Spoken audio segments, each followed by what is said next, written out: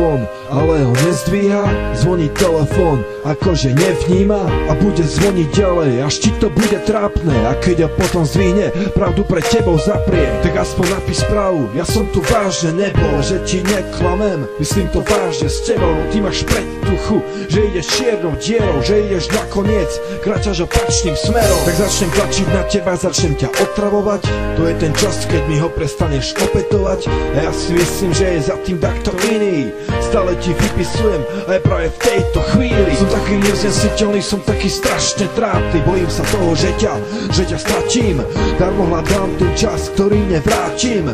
Vidím to tak, že už sa nám to kráti. Ja to viem, že ťa postupne strácam, dal som ti všetko a na to doplácam.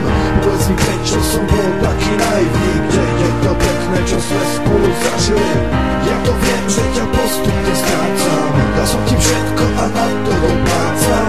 Povedz mi, prečo som bol taký naivný, kde je to pekné, čo sme spolu zažili. Vraj nemáš náladu a cítiš sa zle, ale na Facebooku si a skoro celý deň, no s kým si stále píšeš, to mi nepovieš. Vieš prečo? Preto, lebo nemôžeš. Si samé tajomstvo a nesedia ti vety. Raz povieš, že si sama, raz povieš, že si s niekým. Najprv si na nákupoch a potom si v kine.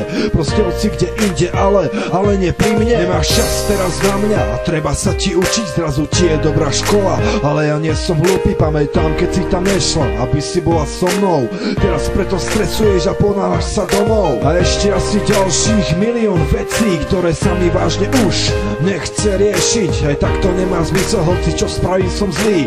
Strácam ťa a to nezmení už nik. Ja to viem, že ťa postupne strácam, dal som ti všetko a na to doplácam. Povedz mi, prečo som bol taký naivný, kde je to pekné, čo sme spolu zažili. Ja to viem, že ťa postupne strácam, dal som ti všetko a na to doplácam. Povedz mi, prečo som bol taký naivný, kde je to pekné, čo sme spolu zažili.